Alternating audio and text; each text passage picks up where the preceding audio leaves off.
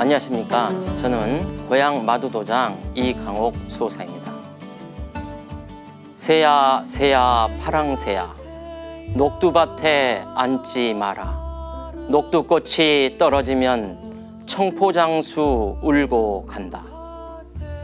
초등학생 시절 제목도 없는 이 노래를 처음 들었는데 슬프고 애절하면서도 뭐라 표현할 수 없는 느낌이 들었던 기억이 납니다. 지금 와서 생각해보면 제 삶이 결코 동학과 무관할 수 없으니 그때의 특별한 느낌은 이유가 있었던 것 같습니다. 한국 근대사에 있어 가장 중심에 서 있는 인물인 전봉준 장군, 그분의 품은 뜻은 과연 무엇일까요? 동학과 전봉준 장군에 대해서는 여러 연구들이 진행되어 왔지만 오늘은 증산상제님의 말씀과 연결하여 몇 가지 주제를 살펴보겠습니다. 탄광오리의 횡포와 학정이 극에 달하던 당시 전봉준 장군은 그 상황을 그대로 볼 수가 없었습니다. 그래서 농민들과 더불어 군수 조병갑에게 가서 항의하였으나 오히려 탄압만 받을 뿐이었습니다. 선친도 똑같은 사유로 진정하다 조병갑에게 맞아 돌아가신 바 있으니 몸을 살릴 만도 한데 불의를 보고 참지 못하는 정의로운 마음은 어떻게 감출 수가 없었던 것이죠.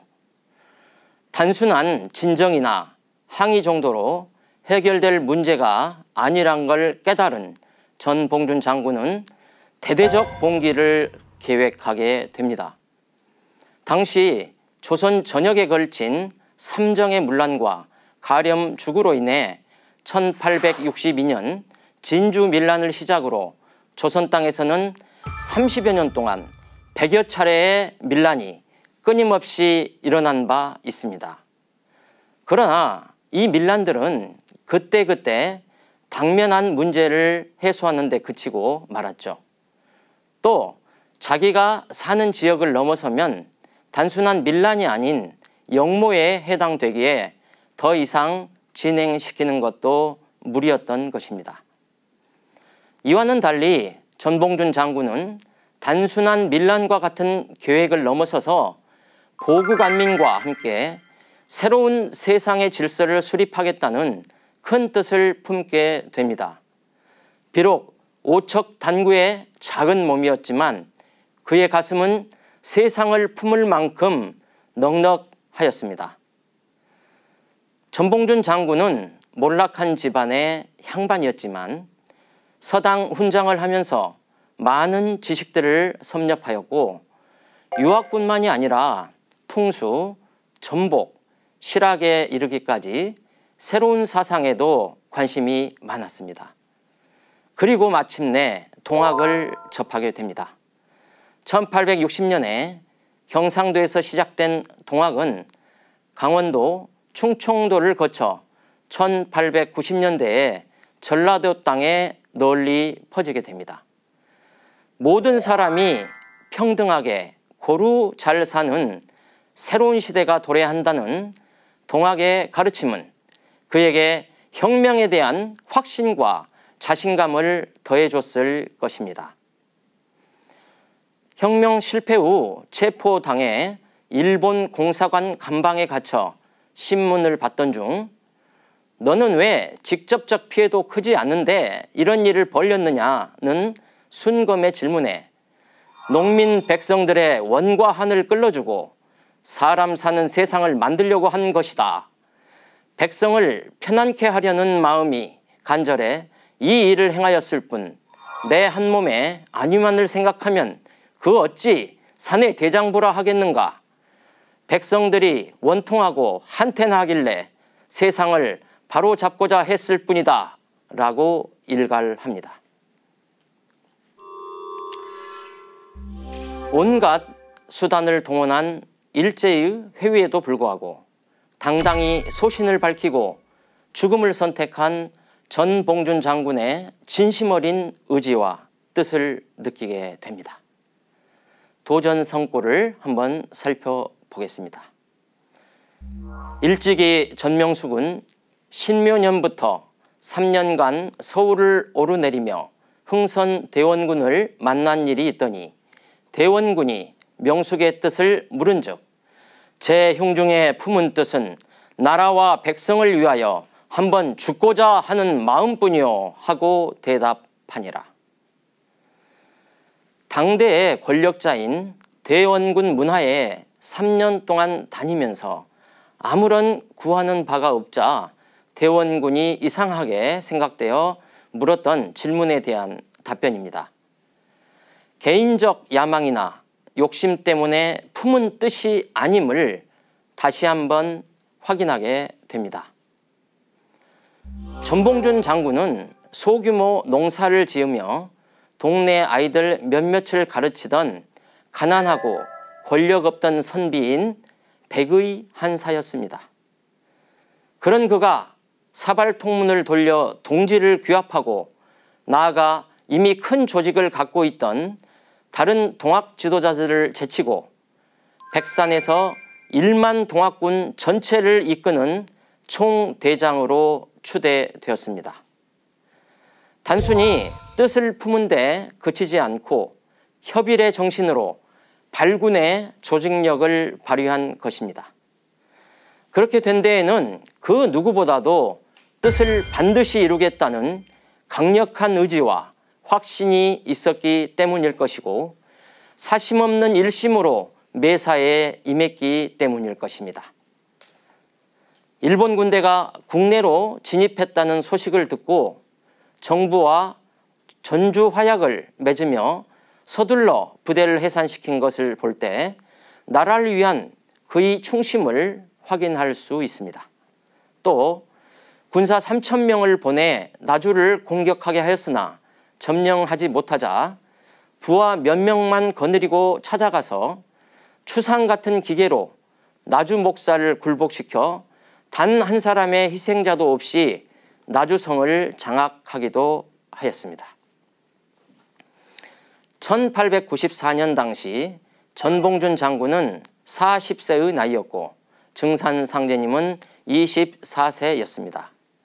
혁명의 동지를 찾던 전봉준 장군은 증산 상제님께도 협조를 구하게 됩니다. 증산께서 명숙과 나이 차이는 많이 나나 일찍부터 교분이 있으시더니 가보년의 하루는 명숙이 찾아와 말하기를 내가 민생을 위해서 한번 거사를 하려 하니 그대가 나를 도와주시오 하거늘 증산께서 그 전도가 이롭지 못함을 미리 아시고 때가 아니니 나서지 말라 하시며 성사도 안 되고 애매한 백성만 많이 죽을 것이라 하고 경계하시니라. 이에 명숙이 대하여 말하기를 그대가 안 된다면 나 혼자라도 하겠소 하고 물러가니라. 당시 상제님은 천지공사를 하시기 전이고 종도를 들이시지도 않은 때였는데 상제님을 알아보고 찾아온 전봉준 장군의 안목도 예사롭지 않았다고 할 수 있겠습니다. 상제님은 전봉준 장군의 뜻을 충분히 이해하시면서도 수십만 명의 희생자가 나올 것을 너무 뻔히 아시기 때문에 만류하실 수밖에 없으셨습니다. 하지만 이미 결심을 굳히고 결영에 들어간 전봉준 장군의 발길을 돌리실 수는 없었습니다. 이후 상제님은 진격하는 동학군의 진영을 찾아가시는데요. 한편 전명숙 장군의 주력 부대는 10월 말경에 공주를 공략하기 위해 비장한 공세를 펼치니라. 증산께서 몰살의 큰 위기에 처한 동학군의 운명을 내다보시고 곧장 공주에 있는 전 장군의 진영을 찾아가시어 무고한 백성들만 죽이고 절대 성공을 못하니 당장 전쟁을 그만두시오 하고 강권하시나 명숙은 외세를 몰아내고 탐관 오리를 물리쳐 도탄에 빠진 백성을 구하고자 하는 일념뿐인지라 증산께서 일러주시는 어떠한 말씀도 새겨 듣지 아니하니라. 이번에는 상제님께서 직접 공주로 찾아가셔서 전쟁을 말리셨습니다. 그 전과는 비교가 안 될 엄청난 희생이 벌어질 것을 막으려 하셨던 것이죠. 하지만 전봉준 장군의 뜻은 결연했고 결과적으로 우금치 고개가 피로 물들 정도로 수많은 농민군이 죽게 됩니다. 이 결정적 패배 이후 동학군은 호남 전역에서 무자비한 탄압과 살육을 당하고 말았습니다. 참으로 가슴 아픈 일이 아닐 수 없습니다. 결과적으로 60만 명에 이르는 막대한 희생자를 낳고 말았지만 한민족 역사에서 가장 큰 농민혁명인 동학혁명은 근본적인 사회 질서를 바꿔놓게 됩니다. 집강소를 두어 신분제를 폐지하고 삼정제 피해를 제거하는 등 여러 개혁들을 단행한 것입니다. 유심히 동학혁명을 지켜보고 있던 일본은 그해 6월 경복궁을 침입하면서 조선 침략에 불길을 당기고 청일 전쟁을 승리로 가져가면서 조선에서의 주권을 확보하게 됩니다. 일본은 낭인을 시켜 전봉준 장군을 만나 도와주겠다면서 접근도 하고 종군 기자를 파견하여 세세히 상황을 파악하였다고 합니다. 동학혁명이 자신들의 침탈 계획에 어떤 변수로 작용할지에 대해 면밀히 대비한 것입니다. 혹자는 동학혁명이 일본 침략에 빌미를 준 것이 아니냐는 말을 하기도 하는데 이는 본말이 완전히 전도된 생각입니다. 제국주의 세력의 마지막 열차를 탄 일본은 이미 조선 병탄을 착착 준비하고 있었고 동학혁명은 그 실행을 앞당긴 계기에 불과했기 때문입니다. 동학을 바탕으로 한 조선 민족에 의한 근대화는 일제에 의해 결국 좌절되고 조선은 식민 지배 하에서 근대화의 과정을 걷게 되는 참담한 상황에 처하고 말았습니다. 하지만 이러한 역사의 배경에는 보다 복잡한 문제가 숨어 있습니다. 당시 조선을 비롯한 동양 3국은 서양 제국주의에 의해 침탈당해 그 역사와 문화를 온전히 잃어버릴 위기에 처해 있었습니다. 그래서 당시 가장 강대했던 일본이 서양 세력을 물리치는 역할을 하게 된 것이고 그 과정에서 일시적이나마 조선을 차지했던 것입니다. 그렇게 근대화의 과정을 밟게 되었지만 일본 제국주의의 온갖 악행으로 인해 우리의 역사 문화가 파괴되고 정신마저 예속되어 버린 최악의 결과를 낳기도 했습니다.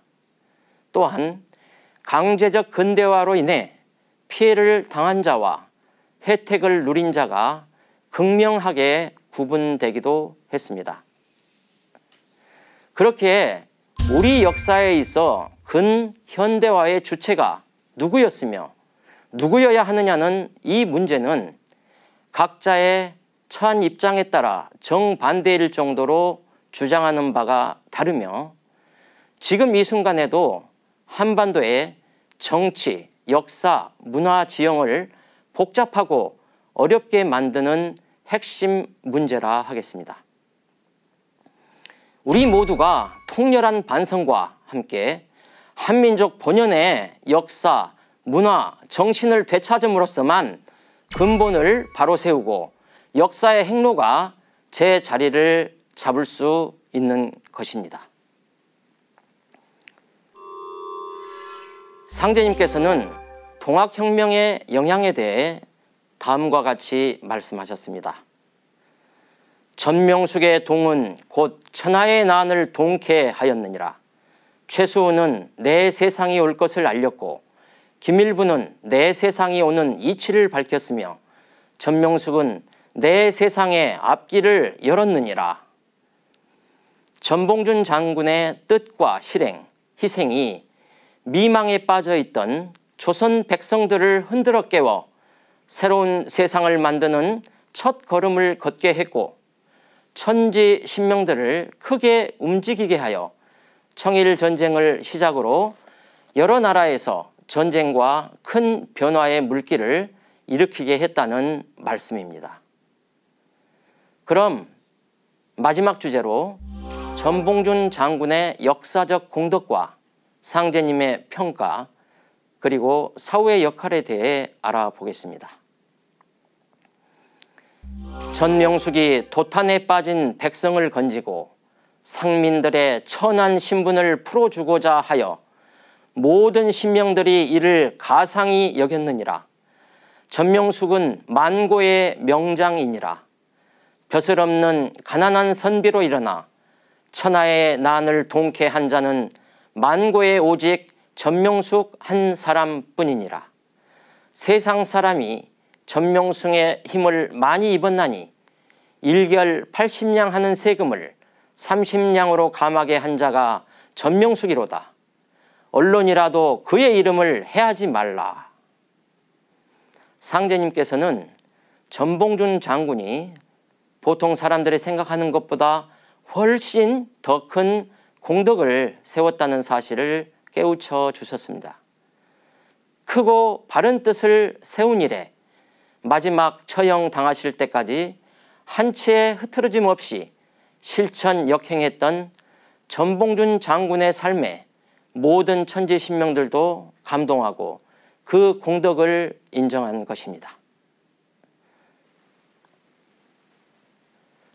새로운 후천 세상을 만드시기 위해 오신 증산 상제님께서는 새 우주를 열어갈 천상 조정을 새로 꾸미셨습니다. 그 조화 정비에서 조선 명부대왕으로 전봉준 장군을 임명하셨습니다. 명부공사의 심리를 따라서 세상의 모든 일이 결정되나니 명부의 혼란으로 말미암아 세계도 또한 혼란하게 되느니라. 그러므로 이제 명부를 정리하여 세상을 바로 잡느니라 하시고 전명숙은 조선명부, 김일부는 청국명부, 최수호는 일본명부, 이마두는 서양명부를 각기 주장케 하여 명부의 정리공사장으로 내리라 하시며 날마다 밤낮을 쉬지 않고 글을 써서 불사르시니라. 조선 명부대왕이시자 더불어 인류구원의 남조선배 도사공이심도 밝혀주셨습니다.